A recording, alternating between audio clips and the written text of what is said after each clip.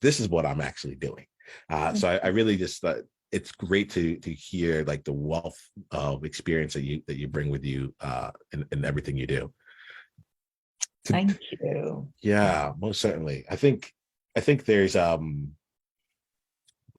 part of me here that wants to start off with just getting into, and I can imagine this going to a lot of different places, but I wanted to see you, and I want people to see you too. So I wanted to start off here with like, tell me a bit about your story. Let's start off with that. It's an open-ended element, but I also know that you have a lot of different story to you.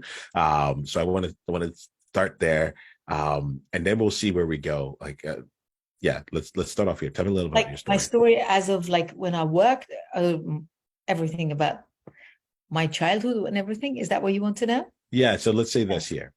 So right now you're fiery transformation, right? Yeah.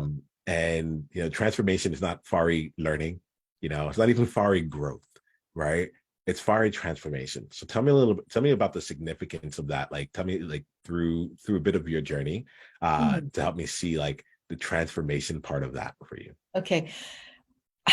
I used to be fiery fitness, changed to fiery transformation. Because Ah, fitness is what I breathe on. And being a fitness trainer, from probably from the time I was born, I inherited the genes of my father.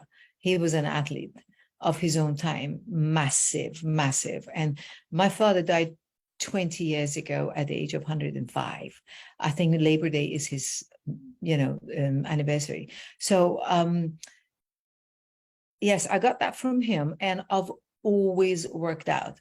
But I was so sad, depressed, unhappy growing up. And I come from Iran. I was born in Iran and raised in Iran until I was 20. And I was so devastated growing up, from the family, that I became a very fat kid. I mean, when I say fat, I mean a capital F, capital A, and 5 T's, not even double T's. I was 205 pounds, I think, by the time I probably was 12, 14. I don't remember, something like that. And I'm not tall. I'm only what am I? Just under 5'5", just under 5'5". So anyway, I always wanted to work out, but I was allowed to do the swimming in the house because we had the pool and blah, blah. But I couldn't do what I wanted to do. My mother wouldn't allow me. And she said, the school called her, and then in high school, and they said, she is unbelievable in volleyball. She's just incredible. Let her get into it, and she's going to make huge change. And my mother said, absolutely not. I lose control over her, she said. That's exactly the word and the sentence. So that continued. I wanted to play tennis. She wouldn't let me because she wanted to be able to control me. And it was a massive family that we had. Fast forward, I go to England at the age of 20. And I was working out in the rain, and it was pouring with rain. There was those days they wouldn't say wear proper shoes and all of that. I did all of it that you can think of with the wrong shoe, with clocks on my feet and no back support. I'd be jogging, running, and just doing all of that.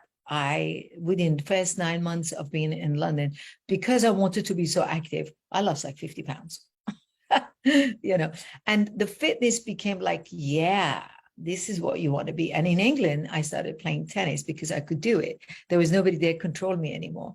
Squash, tennis, swimming, jogging, all that became like my best friend. And as I lost the weight, 50 pounds, it continued 14 years later.